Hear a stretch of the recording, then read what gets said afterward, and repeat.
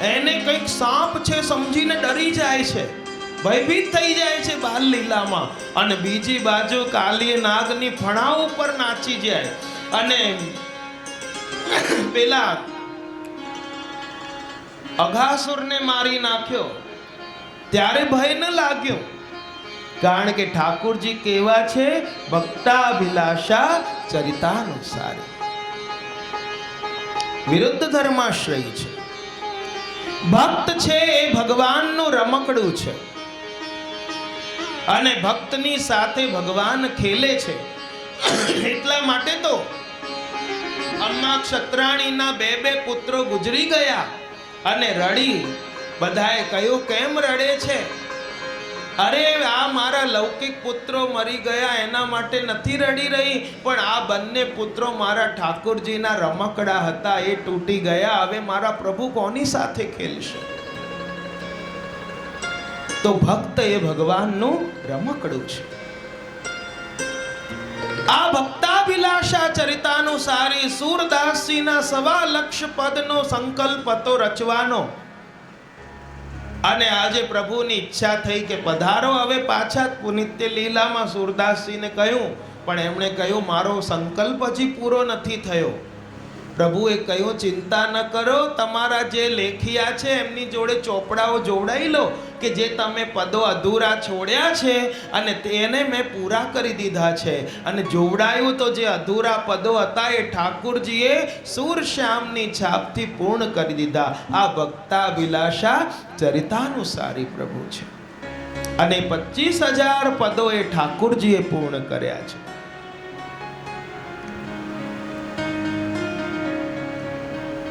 મહાભારત યુદ્ધમાં પ્રભુ અર્જુનના સારથી બન્યા. મહાભારત યુદ્ધમાં પ્રભુએ સંકલ્પ લીધો કે હું યુદ્ધ દરમિયાન શસ્ત્રને ગ્રહણ નહીં કરું.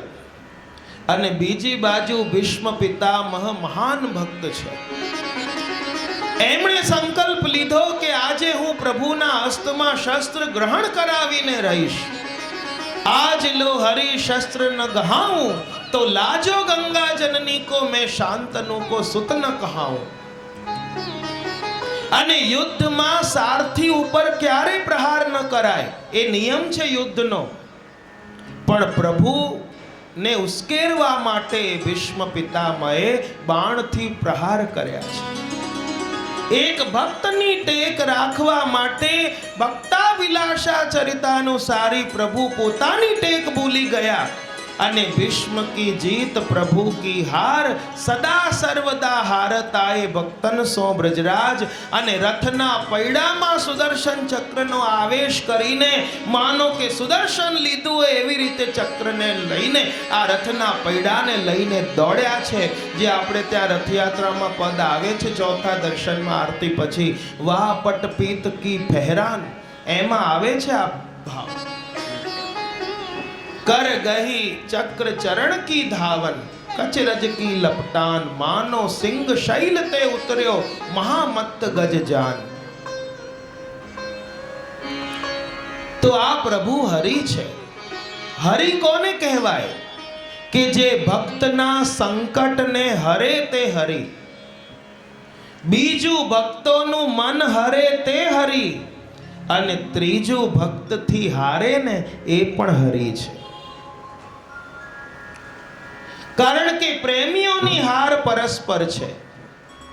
પ્રભુનું સૌંદર્ય જોઈને ભક્ત તથા કામદેવ પણ હારી જાય અને ભક્તનો પ્રેમ જોઈને પ્રભુ પોતે હારી જાય છે. આમ પ્રભુ ભક્તિને વશ થઈને ભક્તને ત્યાં બિરાજે છે.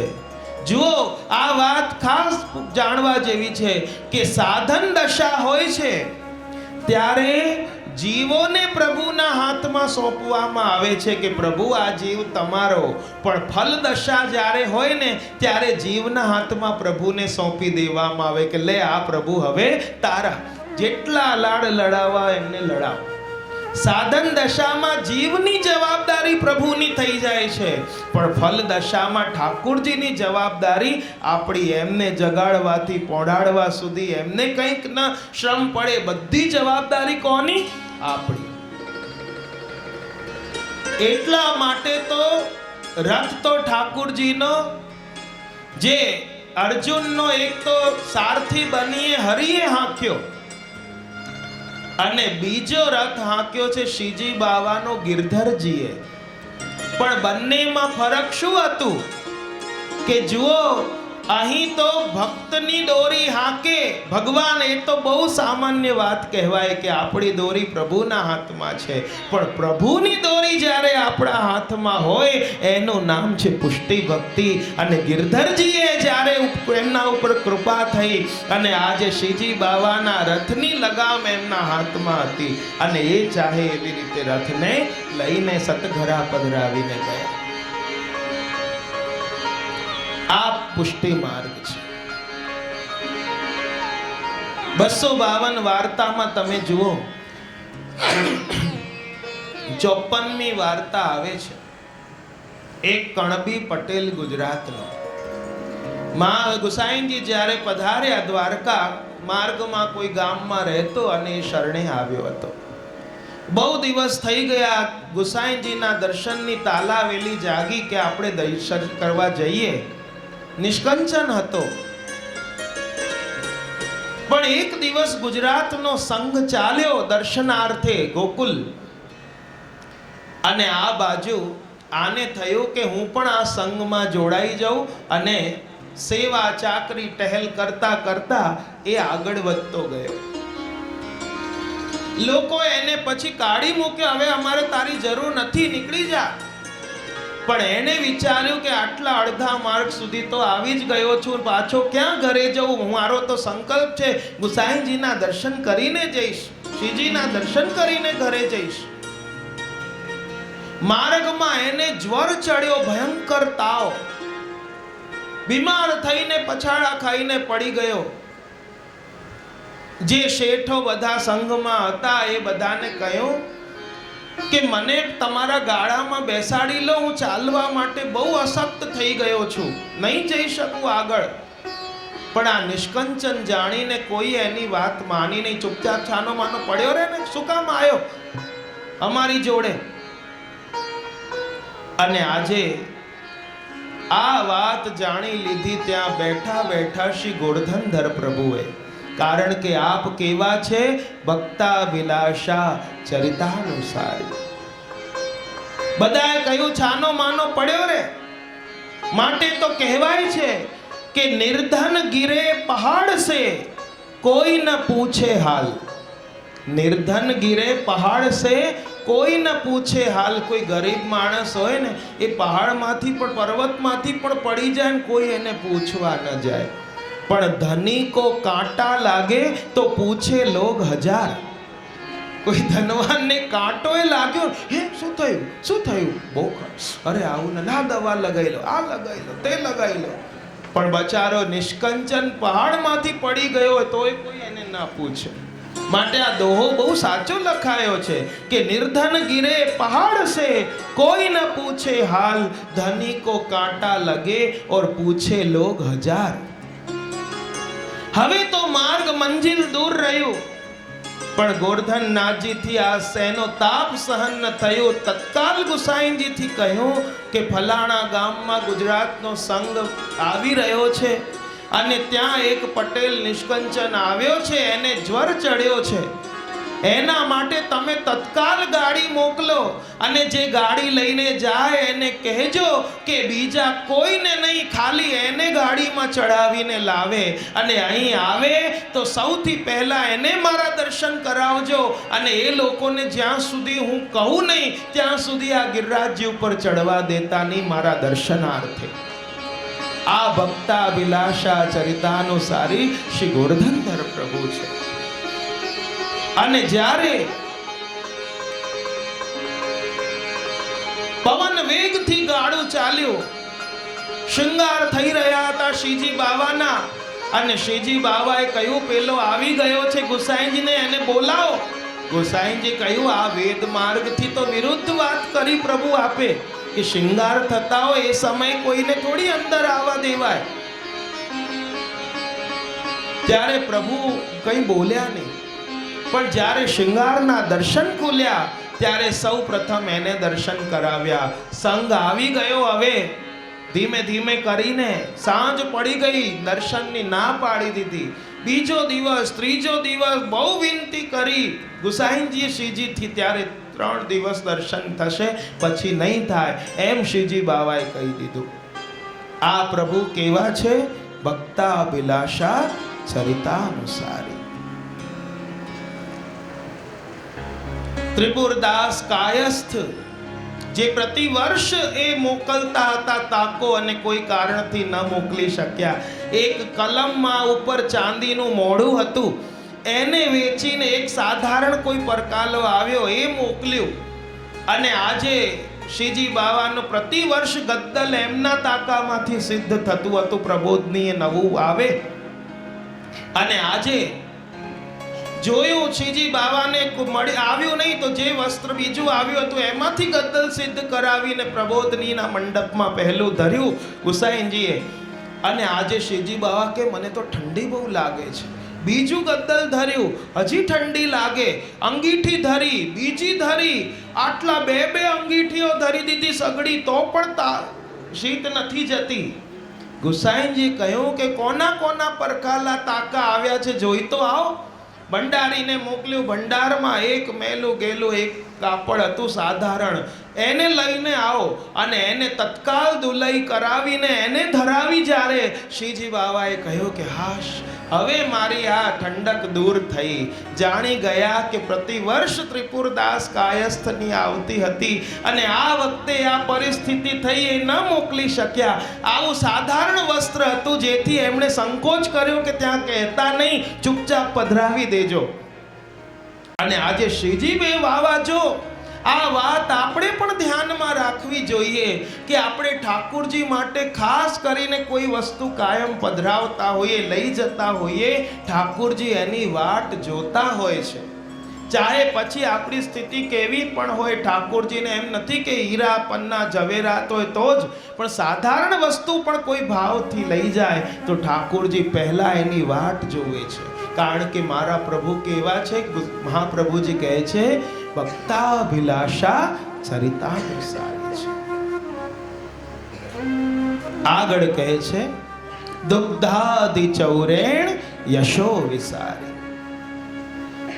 બોલો ગોવર્ધન નાથ કી જય.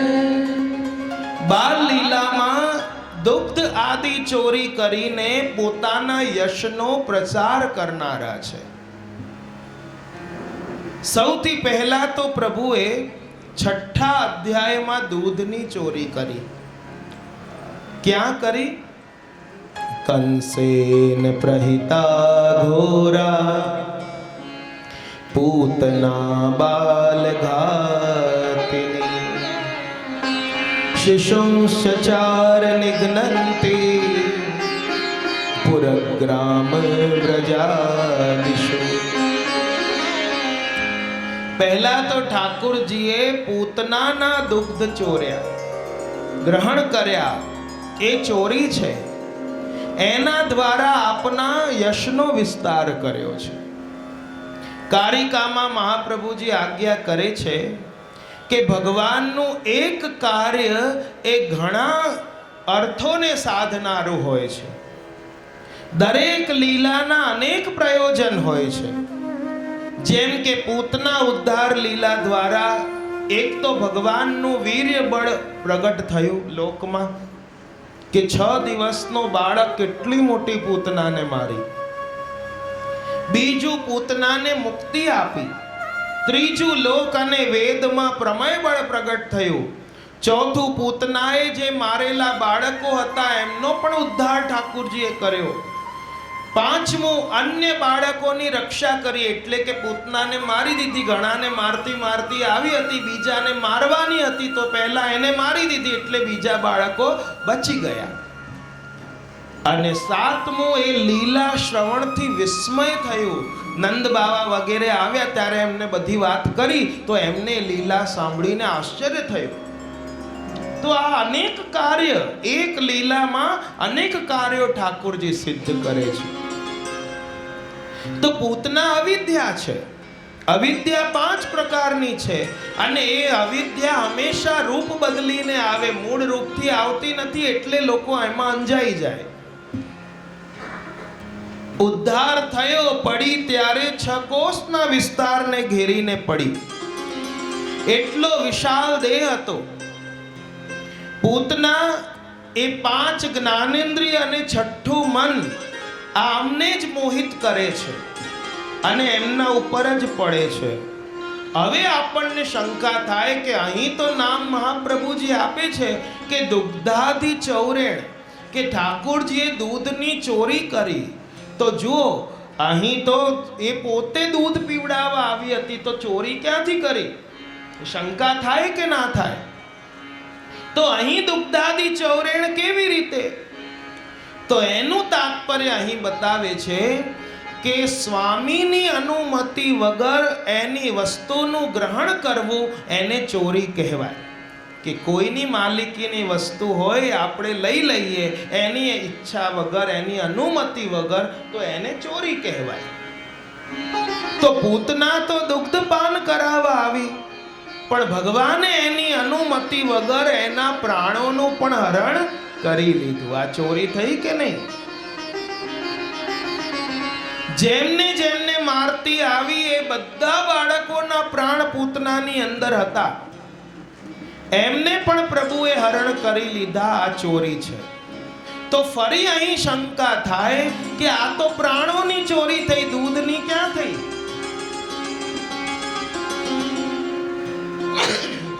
તો અહીં અતત ગુણ સંવિજ્ઞાન બહુવ્રીહી સમાસ છે. દુગ્ધ વગેરેમાં પૂતના તથા બાળકોના પ્રાણ છે અને આ પ્રકારથી દુગ્ધાદયનું સમાસ છે. અને ભક્તોના સાથે સાથે ભગવાને જ્યારે 3 વર્ષના થયા અને પછી મનરૂપી માખણની ચોરી ઠાકોરજીએ શરૂ કરી, એ માખણ ચોરીના માધ્યમથી.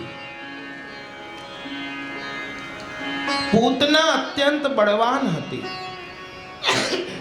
જે કર્મો દ્વારા પવિત્ર એવાઓને પણ લઈ જવામાં સમર્થ છે, તેથી પૂતના છે.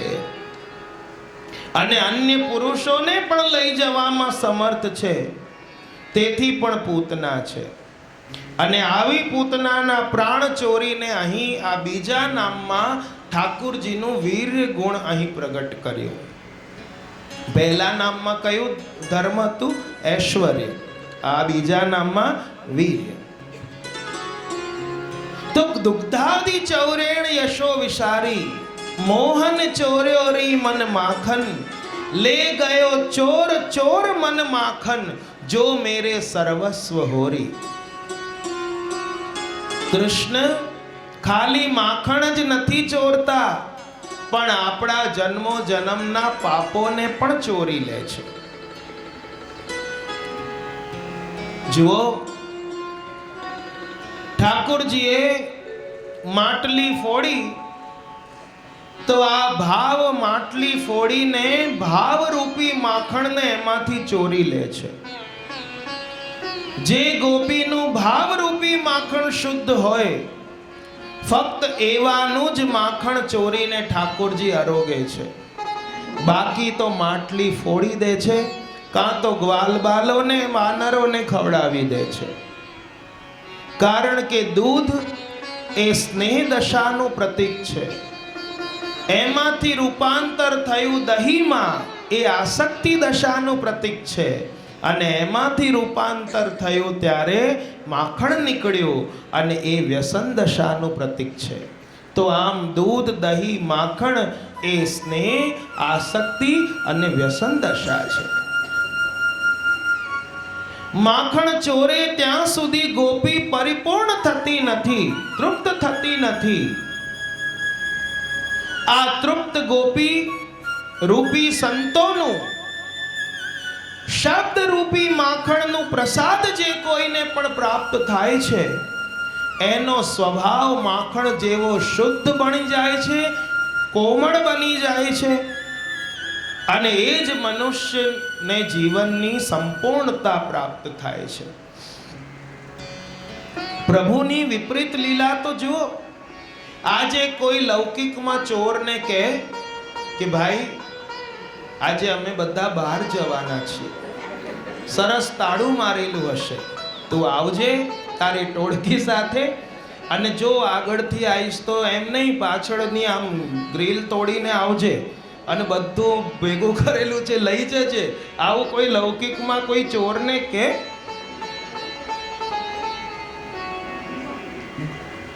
અને આપણા બધું ભેગું કરેલું, 1 નંબર 2 નંબર જે બી હોય બધું ભેગું કરેલું, અરે આપણી ધનની રક્ષા માટે આપણે નથી કરતા ને કૂતરાઓના સહારા લેવા પડે છે. પહેલા લોકોના ઘરમાં લખેલું હતું સ્વાગતમ, હવે લખ્યું હોય છે કૂતરાથી સાવધાન. આ આખું યુગ ફરી ગયું. અને ઘણા તો એવું ભેગું લખાવે, પહેલા ઉપર પોતાનું નામ, નીચે કૂતરાથી સાવધાન. હવે સ્કૂલના છોકરાઓ આમ છૂટીને જતા હોય ને, એમને બધે વાંચવાની ટેવ હોય, ફલાણા ભાઈ ઢીકણાભાઈ કૂતરાથી સાવધાન. એટલે શું થયું? આ ભાઈ કૂતરો થયા એમ થયું ને, એમનાથી સાવધાન.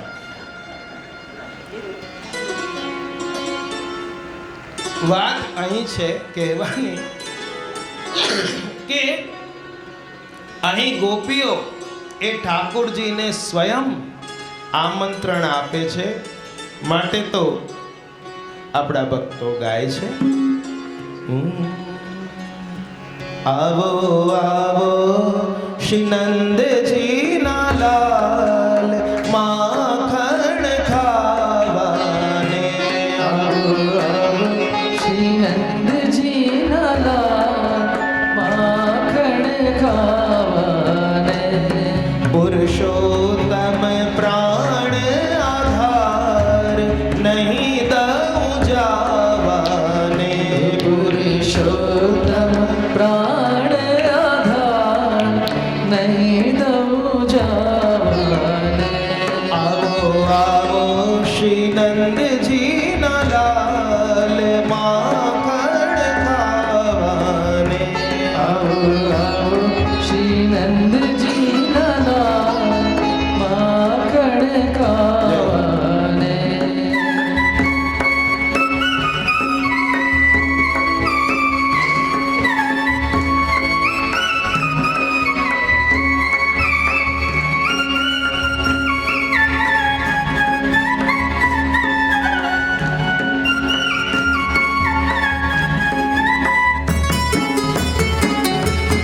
કનક કટોરા માખણ ભરિયા મિશ્રી ભેડી અપાર રે, કનક કટોરા માખણ ભરિયા મિશ્રી ભેળી અપાર રે, ઊભી રહી વાટલડી જો છું, ઊભી રહી વાટલડી જો છું, ક્યારે આવે નંદલાલ કે માખણ ખાવાને, હે આવો આવો શ્રી નંદજી ના લાલ માખણ ખાવાને.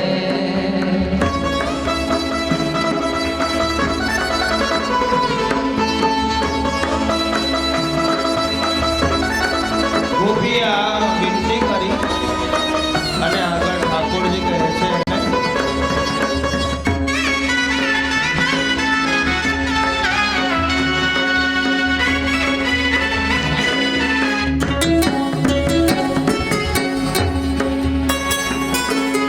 તારે મંદિરે હું નહીં આવું, તુझे ધુતારી નાર રે, તારે મંદિરે હું નહીં આવું, તુझे દુતારી નાર રે, તું તો મુझने એમ કહીને, તું તો મુझने એમ કહીને કુડા ચડાવે આ માખણ ખાવાને, આવો આવો શ્રી નંદજી ના લાલ માખણ ખાવાને.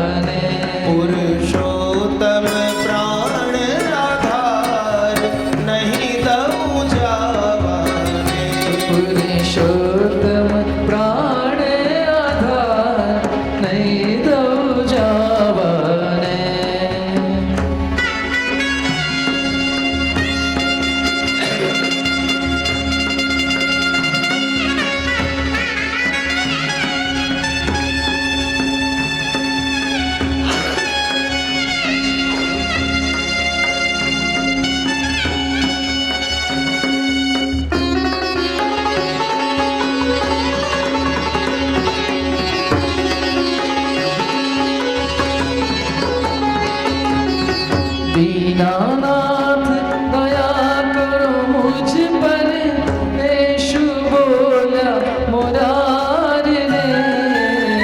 दीनानाथ दया करो मुझ पर, यीशु बोला मुरारी ने। पुरुषोत्तम प्रभु एम करी રીઝવું, પુરુષોત્તમ પ્રભુ એમ કરી રીઝવું। ભાવો ભવના ભરતા માખણ ખાવાને, આવો આવો શ્રી નંદજીના દાસ માખણ ખાવાને, આવો આવો શ્રી નંદજીના દાસ માખણ ખાવાને। પુરુષોત્તમ પ્રાણ આધાર નહીં દઉં જાવાને, આવો આવો શ્રી નંદજીના દાસ માખણ ખાવાને, ઓ માખણ ખાવાને, હે માખણ ખાવાને। બોલો શ્રી નવનીત પ્રિયાલાલ કી જય।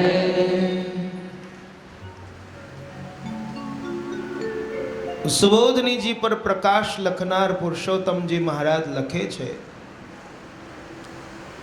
કે વાછરડા છોડી દેવા, ચોરી કરેલા પદાર્થોનું ભોજન કરવું, મરકટોને દૂધ દહીં માખણ વેચી દેવા, પાત્રોને ફોડી નાખવા, સામે ગુસ્સો કરવો, ગોપીઓને મોહ પમાડવું, આ 6 ભગવદ ગુણો છે। પરંતુ જીવો જ્યારે આ કરે ત્યારે એના માટે મહાદોષરૂપ બની જાય છે। અને એમણે એ પણ બતાવ્યું કે વાછરડા છોડી દેવા એમાં પ્રભુનો ઐશ્વર્ય ગુણ છે, ચોરી કરેલા પદાર્થોનું ભોજન કરવું એમાં વીર ગુણ છે, પાત્રોને ફોડી નાખવા એમાં યશ ગુણ છે, કોપ કરવો એમાં જ્ઞાન ગુણ છે, ગોપીઓને મોહ પમાડવો એમાં શ્રી ગુણ છે, મરકટોને દૂધ દહીં માખણ વહેંચી દેવા વૈરાગ્ય ગુણ છે। માટે ભગવાનની લીલાઓનું અનુકરણ એ આપણાથી કરાય નહીં।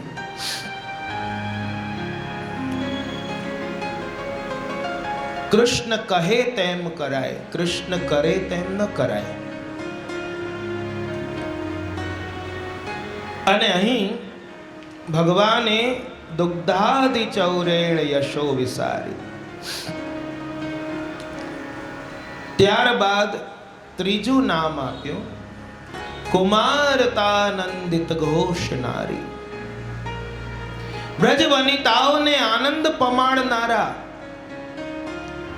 આ નામ એ 7મ અધ્યાયની લીલા સાથે સંગત છે। કુમાર અર્થાત પુત્ર અથવા બાલક, કુમારતા અથવા બાલ ભાવ કે પુત્ર ભાવથી ઘોષ નારી એટલે કે ઘોષ એટલે કે બ્રજ, એ બ્રજનારીઓની આસક્તિને વધારનારા છે। 7મા અધ્યાયમાં 10મા સ્કંધમાં રાજસ, તામસ અને સાત્વિક એ 3 ભક્તોનો ઉદ્ધાર કર્યો છે। એમાં શકટભંજન, તૃણાવર્ત અને મુખમાં બ્રહ્માંડના દર્શન, આ 3 લીલા બતાવી। પૂતના ઉદ્ધાર પછી ભક્તોના સૂતેલા ચિત્તને ઉલ્લાસમાં લાવીને અને એમના લૌકિક વિષયોનો ત્યાગ કરાવી કૃષ્ણે પોતાનામાં આસક્તિ આ જીવોની કરી। એ દ્રઢ કરવા માટે એમને પ્રેમથી ક્યારેક બ્રજ ભક્તોને શ્રમ પણ આપ્યો છે। અને કુમારનો એક અર્થ જોઈએ, કુ એટલે કે કામ, અને માર અર્થાત એને પરાસ્ત કરનાર, કામને પણ પરાસ્ત કરનાર, ફીકા પાડનાર, એક તો હરાવનાર અને એની સૌંદર્યતાને ફીકી પાડનાર। કુમાર જે મન્મથ છે। વિવિધ લીલા, તૃણાવર્ત, શકટભંજન, બ્રહ્માંડ દર્શનથી અલૌકિક ભાવ સમૃદ્ધિની પ્રાપ્તિ કરાવીને લૌકિક ભાવોનું નિવર્તન અહીં કર્યું છે। જ્યારે પ્રભુ કરતા વધારે આપણને લોક આસક્તિ થાય ત્યારે પ્રભુ પદાર્થો સંપત્તિની હાનિ કરાવીને આપણને પોતાનામાં આસક્ત કરે છે. દુઃખમાં તો સૌ ભજે, પણ સુખમાં ભજે ને એ ખરા ભક્ત કહેવાય. અને અહીં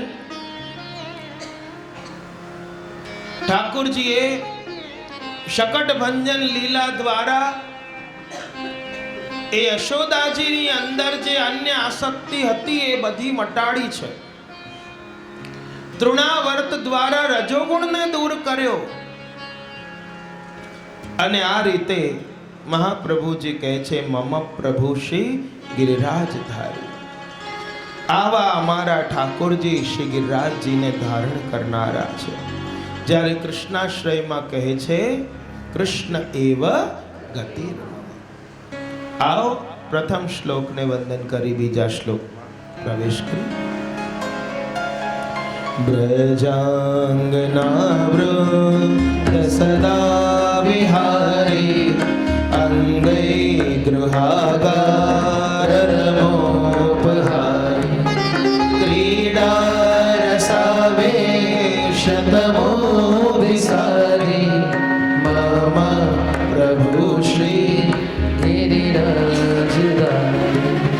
મમ પ્રભુ શ્રી ગિરિરાજધારી. મમ પ્રભુ શ્રી ગિરિરાજધારી. ફરી મમ પ્રભુ શ્રી ગિરિરાજધારી. મમ પ્રભુ શ્રી ગિરિરાજધારી. બ્રજાંગના વૃંદ સદા વિહારી. કેવા છે? બ્રજની ગોપિકાઓના યુથના મધ્યમાં હંમેશા વિહાર કરનારા એવા પ્રભુ છે. અંગૈ ગૃહાગાર તમોપહાર. પોતાના શ્રી અંગના અવયવોના તેજથી ઘરના આંગણાના અંધકારને પણ દૂર કરનારા છે. ક્રીડા રસાવેશ તમોભિસારી. રસ ક્રીડાના આવેશથી અજ્ઞાનને હરનારા એવા મમ પ્રભુ શ્રી ગિરિરાજધારી. પહેલું નામ આપ્યું આ શ્લોકમાં બ્રજાંગના વૃંદ સદા વિહારી, કે જે વ્રજની ગોપિકાઓના યુથમાં હંમેશા વિહાર કરનારા છે. એક રીતે દશમ સ્કંદના 8મા અધ્યાયની લીલાનું નામ છે કે વ્રજ ગોપિકાઓના સમૂહમાં સદા વિહાર કરનાર. તો જો પહેલા શ્લોકમાં ઐશ્વર્ય, વીર્ય અને યશ ગુણ બતાવ્યા 3 નામમાં, જ્યારે આ બીજા શ્લોકમાં અહીં શ્રી ગુણ બતાવ્યા. કારણ કે મેં પૂર્વમાં પણ આપ સૌને નિવેદન કર્યું કે જે 6 ધર્મ છે એ એક શ્લોકમાં 3 અને બીજા શ્લોકમાં 3 એમ બતાવ્યા છે. જ્યારે પ્રભુ ધીમે ધીમે મોટા થયા ત્યારે ક્યારેક બ્રજમાં બંને ભાઈઓ એ વાછરડાઓની પૂંછ પકડીને ઊભા થતા શીખ્યા છે. અને આ લીલાઓના દર્શન કરતી ગોપીકાઓ, અબલાઓ, વ્રજાંગનાઓએ હવે પોતાનું ગૃહ કાર્ય પણ બધું છોડી દીધું અને પ્રભુની લીલામાં તલ્લીન બની ગઈ. હાસ્ય કરતી, પ્રભુને પકડતી અને આ કૃષ્ણની કુમાર અવસ્થાની ચંચલતા જોઈ ગોપીઓ ભેગી મળીને બંને માતાઓ યશોદાજી અને રોહિણીજી બંનેને ઠપકો આપવા જતી હતી. વત્સાન મુંચન ક્વચિદ સમયે ક્રોશ સંજાત હાસઃ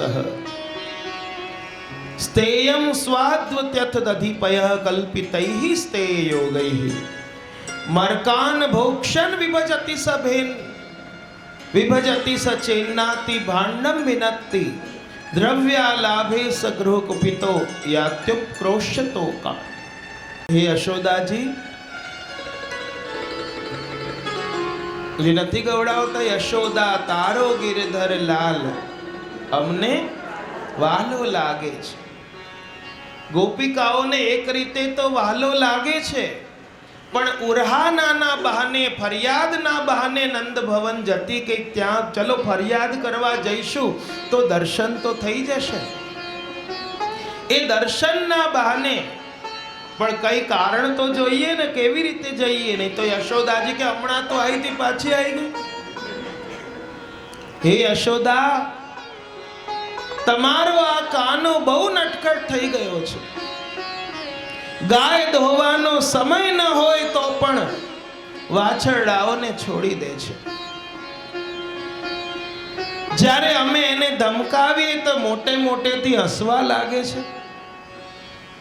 ચોરીની બધી તરકીબો એ જાણે છે. મીઠા મીઠા અમારા દૂધ, દહીં, ગોરસ બધું ચોરીને ખાઈ જાય. માત્ર એકલો ખાતો હોય તો કોઈ વાંધો નહીં, પણ આ તો ગ્વાલોને ખવડાવે, દૂધ દહીં વાંદરાઓને ખવડાવે, પક્ષીઓને ખવડાવે. જ્યારે એને ખાલી પાત્ર મળે તો એ પાત્રમાં કંઈ ન મળે તો એને ફોડી નાખે. એમાં મલમૂત્ર ઇત્યાદિ કરીને ચાલ્યો જાય. જતા જતા અમારા સૂતેલા બાળકોને ચૂંટલા ભરીને ચાલ્યો જાય. હવે આ રોજ રોજની હાનિ કોણ સહન કરે? કોણ યહ ખેલવે કી બાન? આ રમવાની કઈ રીત છે? અને આ રીતે નિત્ય ઉરહાના આપવા આવતી, ઠપકો આપવા આવતી. यशोदा जी के गारी मत दीजो, ये तो मोह गरीबनी को जायो है. आ गारी ना आपो, आ गरीबनी नो जायो छे. तमने बहु तमारा दूध दही प्रिय छे तो लई जाओ. दही की मटुकी भरी आंगन में आन धरी जो આગળ જશો તો ત્યાં મોટો પાત્ર ભરીને દહીંની માટલો મોટો ધરેલો છે. તોલ તોલ લીજો ભટુ જેતો જાકો ખાયો હે. તોલી તોલીને લઈ જાઓ મારા લાલાએ જેનું જેટલું ખાધું છે.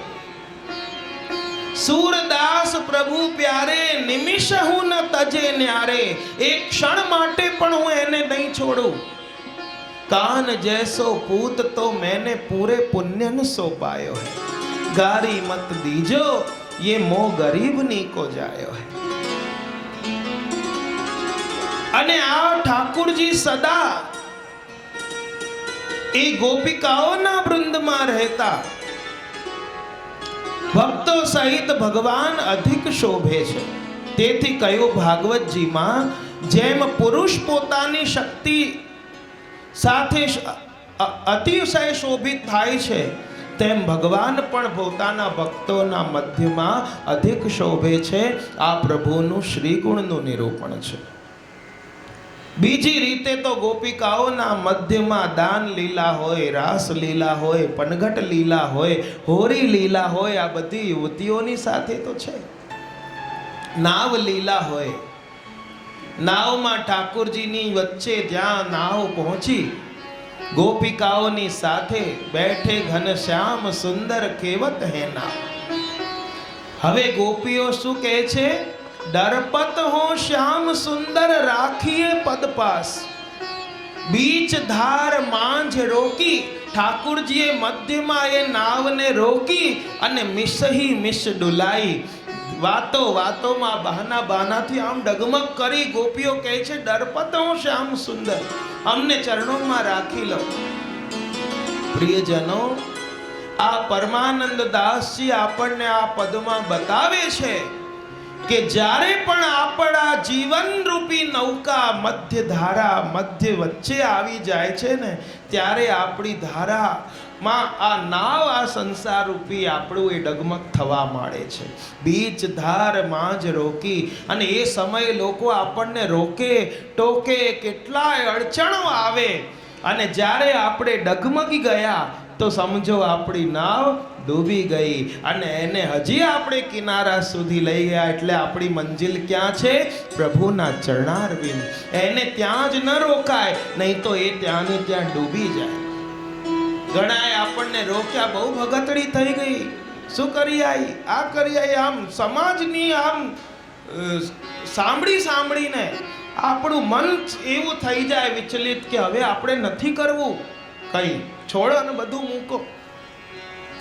પણ આ ભગવાન આપણને આવી કપરી સ્થિતિમાં વચ્ચે લાવીને આપણી નાવને ડગમગી કરે છે. અને એ વખતે ગોપીઓએ કોનો આશ્રય લીધો? દરપત હો શ્યામ સુંદર રાખીએ પદપાસ. કારણ કે પ્રભુ આપના સમીપમાં હોઈશું ને તો અમારું કોઈ કશું પણ બગાડી શકવાનું નથી. માટે તો વલ્લભ સાખીમાં પણ 92મી સાખીમાં કહ્યું,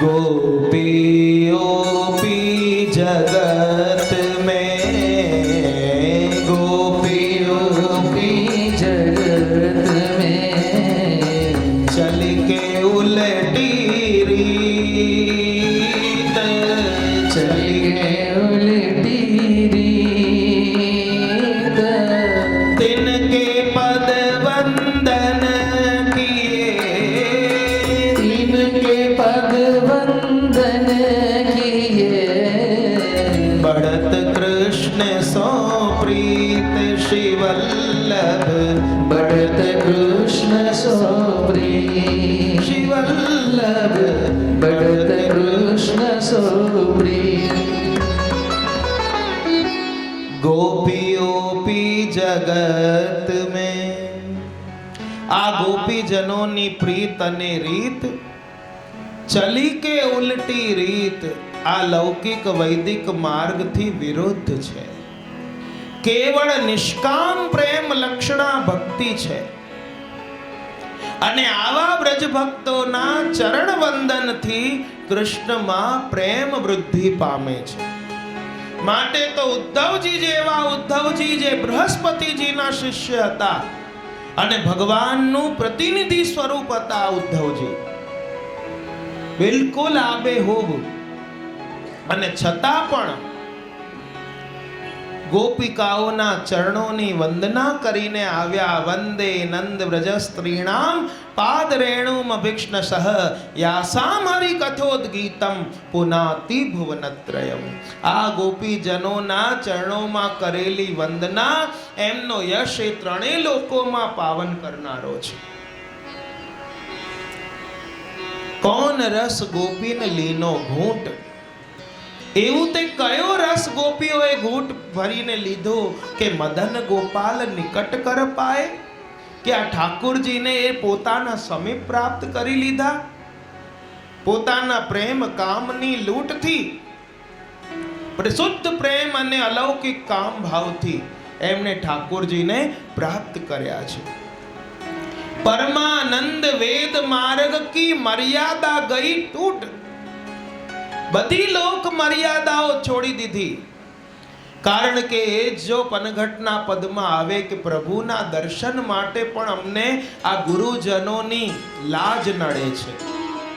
ઇત મોહન ગાસ ઉત ગુરુજન ત્રાસ. આ બાજુ તો મોહનથી સ્નેહ છે, બીજી બાજુ ગુરુજનો એટલે કે વડીલોનો ત્રાસ છે. કારણ કે કેવી રીતે સ્પષ્ટ ઠાકોરજીને જો લાજ કાઢવી પડે. હરિરાયજી કહે છે, ગોપિકાના મેવ યો ભાવઃ સ યશોદાંક સંસ્થિતઃ, કે ગોપિકાજનોના હૃદયમાં જે ભાવાત્મક પ્રભુ છે એ જ યશોદાજીની ગોદમાં ખેલી રહ્યા છે. અને ભાવ માટે મહાપ્રભુજી વ્યાખ્યા આપે છે કે ભગવાન માટેનો શુદ્ધ અને નિષ્કામ પ્રેમ એનું નામ છે ભાવ. અને ગોપીજનોને આવો ભાવ સહજ પ્રેમ ભગવાનમાં હતો. તેથી અજન્મા ભગવાન પૃથ્વી ઉપર ગોપીજનોને સુખદાન કરવા માટે નંદરાયજીના ઘેર પ્રગટ્યા છે. અંગઈ ગૃહાગાર તમોપહારી. આ 9મા અધ્યાયની લીલાનું નામ છે. પોતાના અંગોના દ્વારા હૃદય રૂપી ઘરના અજ્ઞાન રૂપી અંધકારને મટાડનારા પ્રભુ છે. એક રીતે જોઈએ કે જ્યાં અંધકાર હતું ત્યાં પણ યશોદાજી કહ્યું કે તારા દૂધ દહીં ચોરી જાય તો અંધારામાં માટલા સંતાડી દેવાના.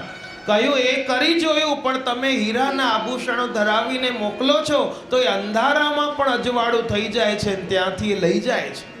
તો એક રીતે પોતાના આભૂષણોથી આંગણામાં અજવાળું કરનારા છે. બીજું તો પ્રભુ પોતે સ્વયં પ્રકાશિત છે અને જ્યાં પધારે ત્યાં એ જ્ઞાનનો દીપક પ્રજ્વલિત થાય છે.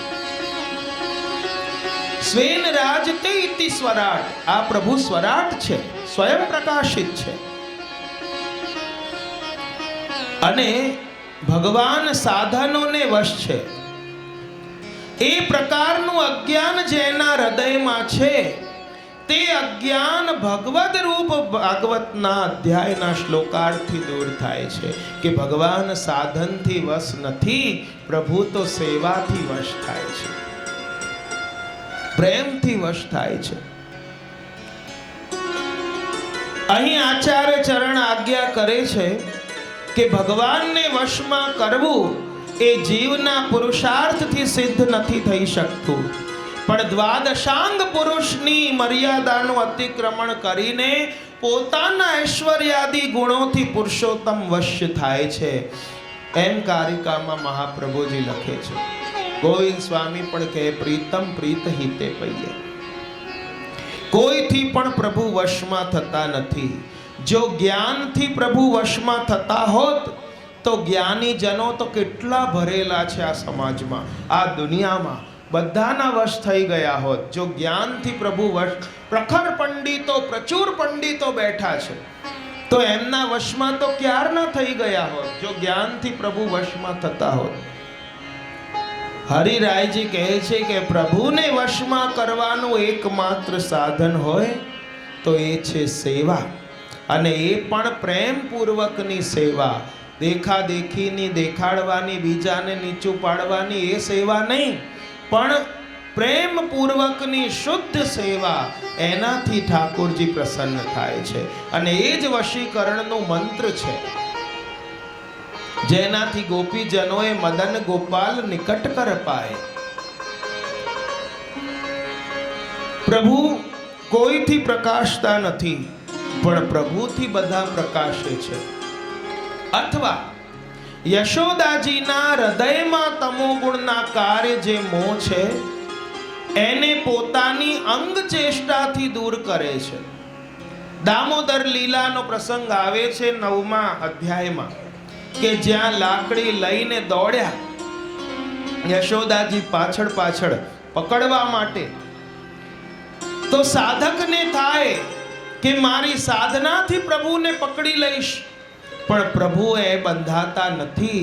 અને જ્યાં એમણે લાકડી છોડી ફેંકી અહંકારનું પ્રતીક હતી, અને પ્રભુ તો દામોદરો ભક્ત વશ્યો, પ્રભુ તો ભક્તને વશ થઈને સામે ચલાઈને બંધાવવા માટે પધાર્યા છે. ભગવાને પ્રથમ યશોદાજીને જ્ઞાન આપી, એમને માયાથી ઉત્પન્ન સંસાર આસક્તિ શકટભંજનમાં નષ્ટ કરી અને પોતાના બ્રહ્મ તત્વનું જ્ઞાન એમને કરાવ્યું, મુખમાં બ્રહ્માંડ દર્શન કરીને. પછી પોતાની દૈવી માયા દ્વારા એ બ્રહ્મપણાનું જ્ઞાન પછી આંખોની સામેથી તિરોહિત કરી લીધું, નહીં તો માં મને બ્રહ્મ સમજવા માંડશે. જેનાથી ફરીથી યશોદાજીને એમ જ થયું કે આ મારો લાલ છે, અને એ મોહને પ્રાપ્ત કરીને અને પોતાના ગૃહ કાર્યમાં પુનઃ એ લાગી ગયા. દહીં મંથન કરતા અટકાવ્યા યશોદાજીને કે મૈયા, જે તું સાધના કરી રહી છે હવે છોડી દે. હવે આ ફલ પોતે તારી સામે આવી ગયો છે, પછી સાધના શું કામ કરી રહી છે? અજ્ઞાનનું નિવારણ એ જ્ઞાનથી થાય છે. માટે અહીં જ્ઞાન ગુણ આ નામમાં સ્પષ્ટ બતાવ્યું. જ્યારે બીજા શ્લોકમાં ત્રીજું નામ છે ક્રીડા રસાવેશ તમો ભિસારી. આ 10મા અધ્યાયની લીલાનું નામ છે. ક્રીડાના રસાવેશમાં નલ કુબેર અને મણિગ્રીવનું તમો ગુણ અથવા તામસ જે વૃક્ષયોની એમને પ્રાપ્ત થઈ હતી નારદજીના શ્રાપથી, એ ઠાકુરજી એમાંથી એમને મુક્ત કરાવ્યા. એમાંથી અહીં ઠાકુરજીનું વૈરાગ્ય ગુણ છે. આચાર્ય ચરણ આજ્ઞા કરે છે કે અવિનાશી વૈરાગ્ય તો ભગવાનના વચનોથી થાય છે. કારણ કે આ બંનેને અવિનાશી વૈરાગ્ય શ્રાપથી આવ્યો. વૈરાગ્યના દાનથી નારદજીમાં પણ વૈરાગ્ય છે એ સિદ્ધ થયું. યમલાર્જુનને મુક્તિના દાનથી લીલામાં અસ્થાપનથી ભક્તોના અતિરિક્તમાં અનાસક્તિ રૂપ વૈરાગ્ય પણ છે. અને આ નલ કુબેર અને મણિગ્રીવ એ બંને કુબેરના લાડકા પુત્ર છે. સાથે આ કોણ હતા? તો કહે છે રુદ્ર ભગવાનના અનુચર હતા. તેથી એમનો ગર્વ વધારે વધી ગયો અને એક દિવસે બંને મંદાકિની કિનારે ઉપવનમાં વારુણીનું પાન કરીને સ્ત્રીઓથી વીંટળાયેલા સ્નાન કરી રહ્યા હતા. અને ત્યારે નારદજી પધાર્યા. એમણે કંઈક લજ્જા કરી નહીં અને એમણે શાપ આપ્યો કે આવા માટે તો દરિદ્રતા એ જ એમને આંખો ખોલવાનું અંજન છે. અને જાઓ, તમે જળ જેવા છો, માટે વૃક્ષની યોની પ્રાપ્ત કરો. અને મનુષ્યોના 3600 વર્ષ સુધી અને આ બંને વૃક્ષ બનીને રહ્યા.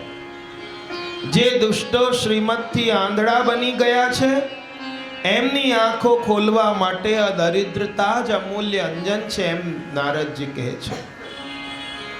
અને આ ભગવાન જ્યારે પધાર્યા, આ બંનેની મધ્યમાંથી પધાર્યા. યમલાર્જુન જોડકા વૃક્ષ હતા અને ખાંડણિયામાં બંધાયેલા પ્રભુ ખાંડણિયાની સાથે પધાર્યા. પોતે તો બહાર નીકળી ગયા એ જોડકા વૃક્ષમાંથી, પણ ખાંડણિયો એ ભટકાઈ ગયો, અંદર અથડાઈ ગયો, એટલે કે એ ન નીકળી શક્યું. અને જોરથી પ્રભુએ ખેંચ્યું એ ખાંડણિયાને અને મૂળિયાથી એ ભયંકર વૃક્ષોનો એ ગર્જના થઈ અને પડ્યા છે ઉખડીને. આ નારદજી શ્રાપ આપીને પાછા ગયા હતા આ લોકોને આશ્રમમાં નરનારાયણના. કારણ કે શાપ આપવાથી તપ ક્ષીણ થાય છે. માટે તપને પાછું મેળવવા માટે પુણ્ય કરવા, તપ કરવા ગયા. અને પ્રભુ ચાહે તો એમને પોતાની કૃપા દ્રષ્ટિથી પણ મુક્ત કરી દે. પણ નારદજીએ કહ્યું હતું કે યમલાર્જુનને વાસુદેવ ભગવાનનું સાનિધ્ય પ્રાપ્ત થશે. પ્રભુ જોડકા વૃક્ષની મધ્યમાં પધાર્યા. આનું તાત્પર્ય શું? આનું તાત્પર્ય એ છે કે ભગવાન જેના અંતર પ્રદેશમાં પ્રવેશ કરે એના જીવનમાં દુઃખ લેશ માત્ર પણ રહેતું નથી. અને ભીતર પ્રવેશ કર્યા વિના બંનેનો એક સાથે ઉદ્ધાર પણ કઈ રીતે થાય? અને યમલાર્જુનને ઉખાડ્યા, એમની અંદરથી દિવ્ય પુરુષો નીકળ્યા બે, અને એમણે 10 શ્લોકમાં પ્રભુની સ્તુતિ કરી. નમઃ પરમ કલ્યાણ, નમઃ પરમ મંગલ, વાસુદેવાય શાંતાય યદુનામ પતયે નમઃ. પ્રભુ એમને જોઈને હસ્યા. પ્રભુ કહે છે, જો આ જાણવા જેવું પ્રસંગ છે. પ્રભુ હસ્યા. કેમ હસ્યા પ્રભુ એમને જોઈને? પ્રભુ કહે છે કે હું તો સર્વથા મુક્ત છું, મને કોઈ બાંધી શકે એવું નથી. હું કોઈના બંધનમાં નથી આવતો. અને બંધાયેલા જીવો આ સંસારમાં એ મારી સ્તુતિ કરતા હોય છે કે પ્રભુ મને બંધનમાંથી મુક્ત કરો. પણ આજે ઊંધું થઈ રહ્યું છે. હું બંધાયેલો છું અને આ મુક્ત જીવો મારી સ્તુતિ કરી રહ્યા છે. આજે કેવી વિપરીત લીલા કે પ્રભુ બંધનમાં હતા અને પેલા બંને બંધનમાંથી મુક્ત થઈ ગયા હતા. તો પ્રભુ એટલે આંસુ આવ્યું પ્રભુને કે જે બંધાયેલા જીવો હતા એ આજે મુક્ત છે અને જે મુક્ત છે એ આજે બંધાયેલો છે.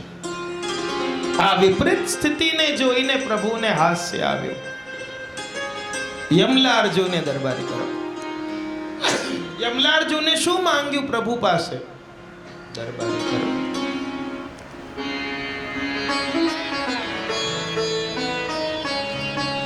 વાણી ગુણાનો કથને શ્રવણો કથાયા હસ્તૌ ચ કર્મસુ મનસ્તવ પાદયોર્નઃ સ્મૃત્યાં શિરસ્તવ નિવાસ જગત પ્રણામે દ્રષ્ટિ સતાં દર્શને અસ્તુ ભવત્તનૂના. 10મા શ્લોકમાં એમ માંગ્યું, પ્રભુ અમારી વાણી સદા આપના ગુણાનુવાદ કરતી રહે, અમારા હસ્ત સદા આપની સેવા કરતા રહે, અમારું મન સદા આપના ચરણોનું સ્મરણ કરવામાં લાગ્યું રહે, અમારું મસ્તક આપના નિવાસ રૂપ જગતને પ્રણામ કરવામાં લાગ્યું રહે, અમારી દૃષ્ટિ પ્રત્યક્ષ શરીર રૂપ સંત પુરુષોનું દર્શન કરવામાં લાગી રહે. માટે જીવનમાં માંગવું હોય તો એ ભક્તો પાસે શીખવું જોઈએ. યહ માંગો ગોપી જન વલ્લભ, યહ માંગો ગોપી જન વલ્લભ. मानुष जन्म और हरि सेवा, मानुष जन्म और हरि सेवा ब्रज बसवो दीजे मोहि सुलभ, ब्रज बसवो दीजे मोहि सुलभ, ब्रज बसवो दीजे मोहि सुलभ. यह मांगो गोपी जन वल्लभ, यह मांगो गोपी जन वल्लभ. श्री भागवत श्रवण सुनो नित, श्री भागवत श्रवण सुनो नित, इन तज चित कहे अनतन लाऊं, इन तज चित कहु अनंत नाम. परमानंद दास यह मांगत, परमानंद दास यह मांगत, नित निरखूं कब हूँ न गाऊं, नित निरखूं कब हूँ न गाऊं. नित निरखूं कब हूँ न गाऊं. यह मांगो गोपी जन वल्लभ, यह मांगो गोपी जन वल्लभ. यह मांगो गोपी जन वल्लभ, यह मांगो. गोपी जन वल्लभ. बोलो कृष्ण कन्हैया. लाल की जय. આ રીતે આ બે શ્લોકમાં પ્રમાણ પ્રકરણ એમાંથી નામ બતાવીને